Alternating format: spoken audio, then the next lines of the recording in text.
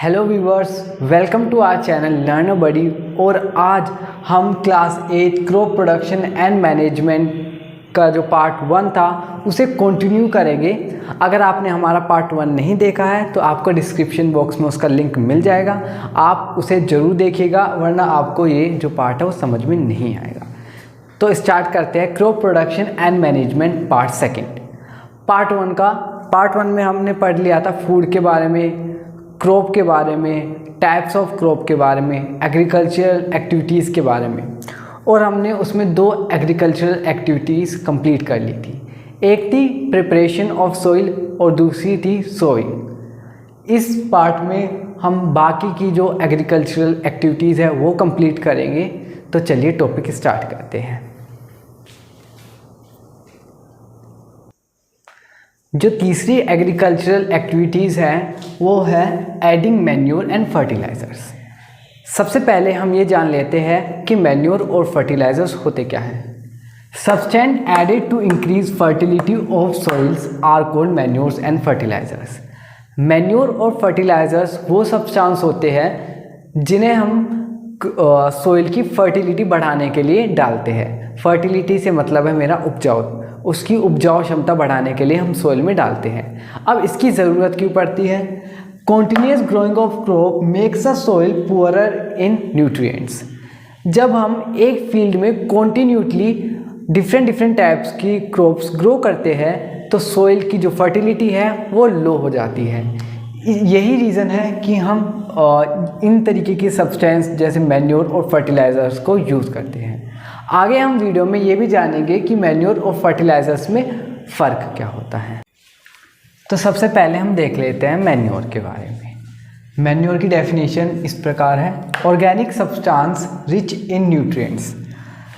जो मैन्योर होते हैं वो उस तरीके के न्यूट्रिएंट्स कह सकते हैं जो ऑर्गेनिक मैटर से बने हुए होते हैं। ऑर्गेनिक मैटर कौन से होते हैं? ऑर्गेनिक मैटर अभी आप ये समझ लीजिए कि organic matters are the natural occurring substance made from cow dung, human waste and plant residue. Cow dung से बनाए जाते हैं, ह्यूमन वेस्ट से और प्लांट के रेसिड्यू से। अगर आप गांव वगैरह में गए होंगे तो वहाँ क्या करते हैं, जो गोबर वगैरह होता है उसे खुले में एक गड्ढे के अंदर फेंक देते हैं और सड़ने के लिए छोड़ देते हैं। जब वो सूख जाता है उसे as a nutrient, as a fertilizer, manure use किया जाता है और खेतों में डाला जाता है। उस प्रोसेस को वर्मी कंपोजिशन कहते हैं, जो आपने 7th क्लास में पढ़ी होगी। और इस प्रोसेस में अर्थवर्म और अदर माइक्रो ऑर्गेनिज्म हेल्प करते हैं। Can be prepared in field.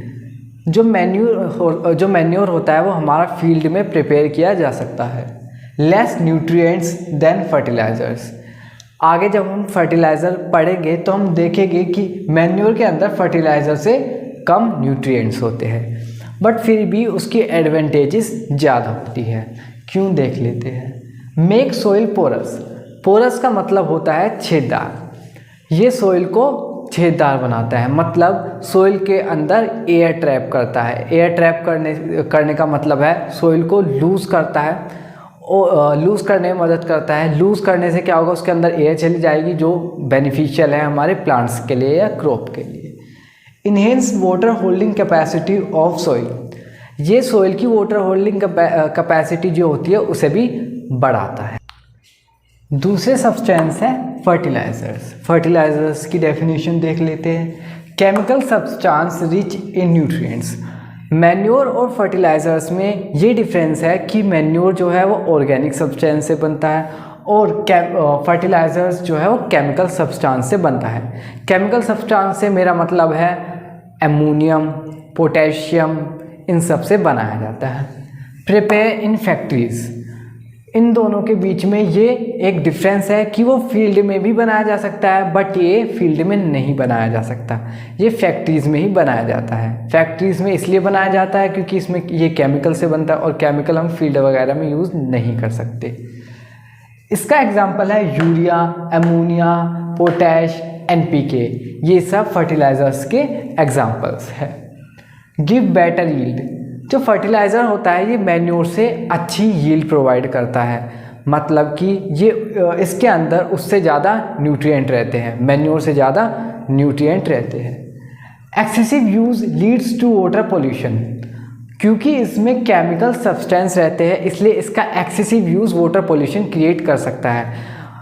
Chemical, कोई भी केमिकल चीज़ हो, चाहे वो मेडिसिन हो या कोई फूड आइटम हो, उसका अगर हम केमिकल सब्सटेंस का एक लिमिट से ज़्यादा एक्सेसिव यूज़ करते हैं, डोसेज करते हैं, तो वो कुछ ना कुछ प्रॉब्लम क्रिएट करती है। इसी तरीके से फर्टिलाइजर्स भी वाटर पोल्यूशन क्रिएट कर सकते हैं। अब ये जो दो प्रैक्टिसेस हैं, इन प्रैक्टिसेस से भी हम सोइल की फर्टिलिटी रिप्लेनिश कर सकते हैं। उन मैन्योर और फर्टिलाइज़र्स को ना यूज़ करते हुए हम इन दो मेथड से भी सोइल की जो फर्टिलिटी है वो दोबारा से ला सकते हैं।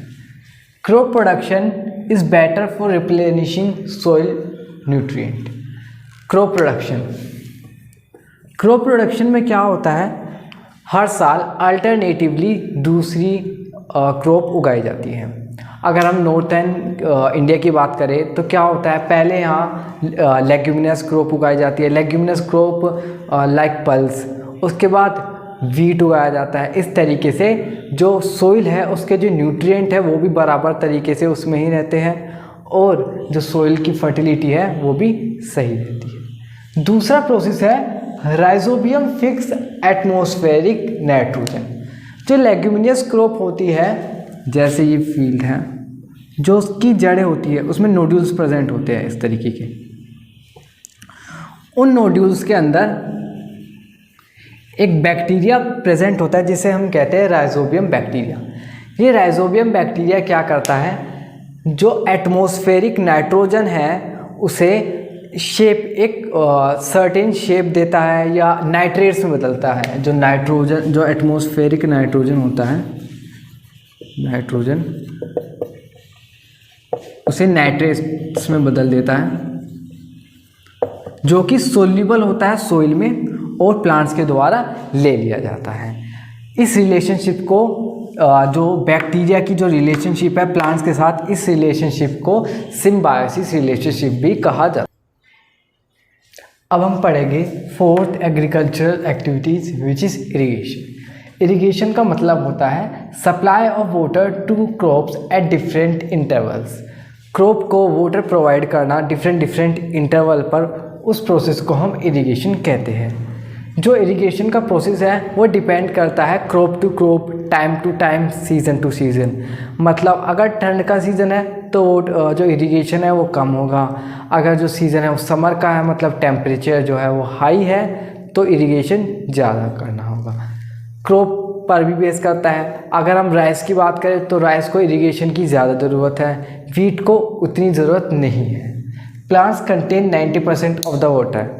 अब इरिगेशन बहुत ज़्यादा इम्पोर्टेंट है प्लांट्स के लिए। प्लांट्स जो है 90% वाटर से ही बने हुए हैं। जो वाटर है वो ना ही एक ड्राइनेस या मॉइस्चर प्रोवाइड करता है, वो मिनरल्स और अदर यूज़फुल जो न्यूट्रिएंट्स होते हैं वो भी प्रोवाइड करता है प्लांट को।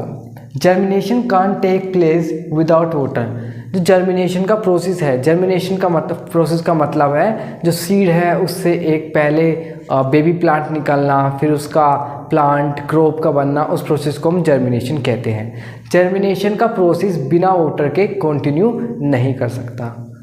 Help from frosting and hot air current.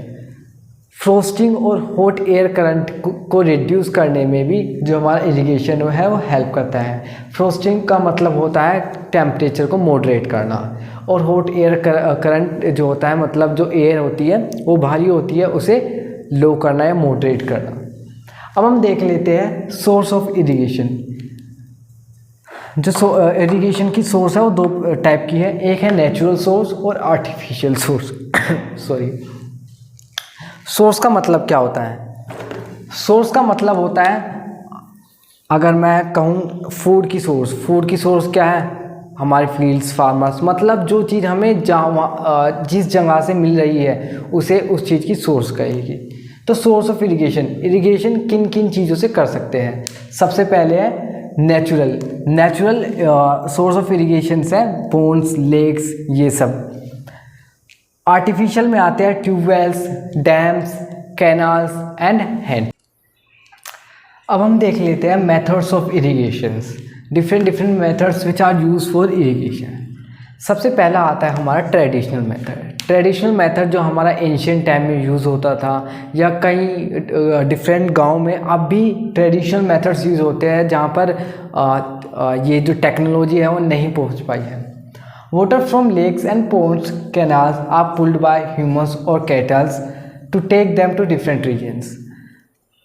जो वाटर है वो वेल्स, कैनाल्स या पोन्ड से डिफरेंट रीजन में ले जाया जाता था। किसके द्वारा? या तो ह्यूमंस के द्वारा या कैटल्स के द्वारा। किन इंस्ट्रूमेंट से? मोट एक बॉडी टाइप होती थी, उसमें पानी भरकर क्रॉप्स वगैरह को दिया जाता था। चेन पंप, ढकेली, राहट, ये सब जो है ये इंस्ट्रूमेंट, मैकेनिकल इंस्ट्रूमेंट यूज़ किए जाते थे लेक्स, पोन्ड्स या कैनाल से पानी क्रॉप के पास पहुंचाने के लिए। ये जो मेथड है ये चीप है और एफिशिएंट है। चीप भी है, सस्ता भी है और एफिशिएंट भी है। अब हम पढ़ेंगे मॉडर्न मेथड ऑफ इरिगेशन।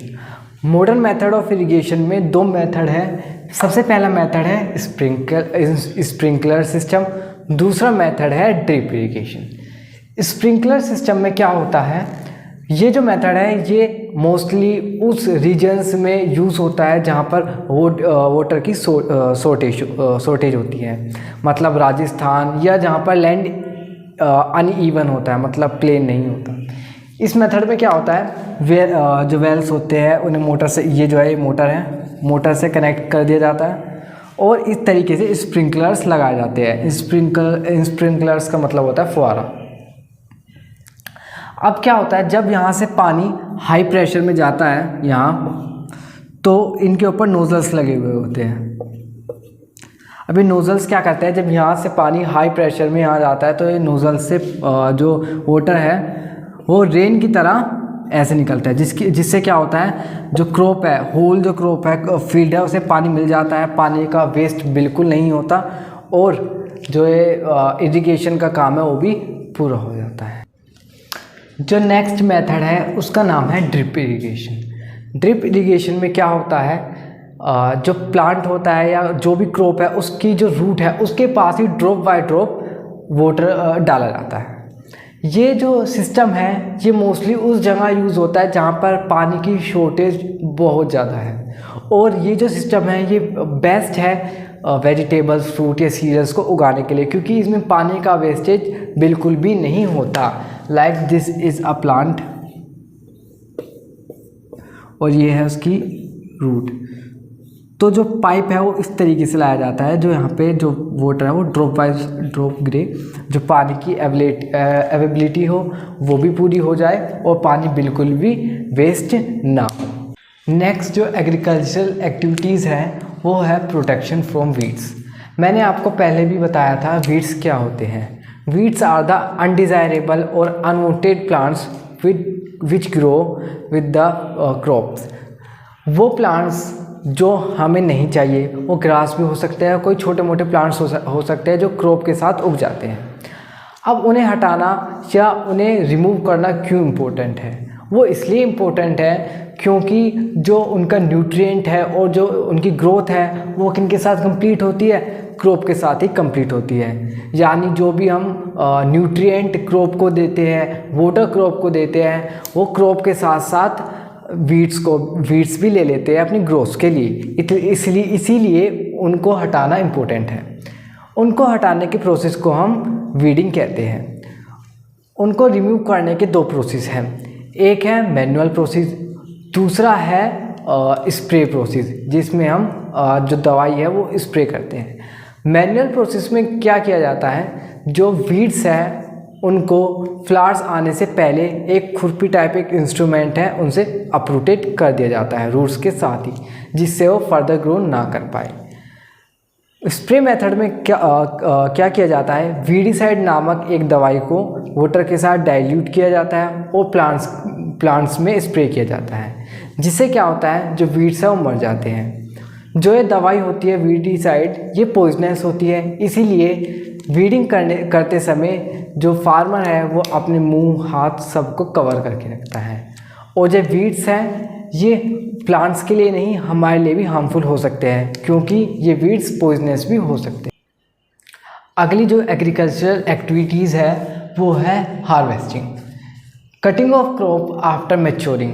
जब जो क्रॉप है वो पूरी पक जाती है, उसके बाद उसे काटने के प्रोसेस को हम हार्वेस्टिंग कहते हैं। अब जो हार्वेस्टिंग है वो हमारी कंट्री में दोनों प्रकार से होती है, मैन्युअली भी होती है और मशीन से भी होती है। मैन्युअली जब हम हार्वेस्टिंग करते हैं तो तो हम एक इंस्ट्रूमेंट का यूज़ करते हैं जिसे हम सिकल कहते हैं। वो एक शार्प इंस्ट्रूमेंट होता है जो क्रॉप्स को रूट के साथ ही बाहर निकाल लेता है। या हम मशीन का भी यूज़ करते हैं हार्वेस्टिंग के लिए। हार्वेस्टिंग के बाद जो ग्रेन्स होते हैं उन्हें छोटे छोटे पत्तों से निकाला जाता है, जिन्हें हम शाफ कहते हैं, और उस प्रोसेस को हम थ्रेशिंग कहते हैं। अब एक मशीन होती है कंबाइन, जिसमें जो थ्रेशिंग है और जो हार्वेस्टिंग है वो एक साथ हो जाती है, जिससे जो हमारा वर्क है वो कम टाइम में हो जाता है और जो लेबर है वो भी बचाता है। विनोविंग एक प्रोसेस होता है, मतलब अगर हम हार्वेस्टिंग मैन्युअली कर रहे हैं तो हार्वेस्टिंग के बाद, मतलब क्रॉप को उखाड़ने के बाद विनोविंग हाथ से ही की जाती है। मतलब हवा में ग्रेन्स को उछाला जाता है, जिससे जो शार्प है उसका वो निकल जाता है।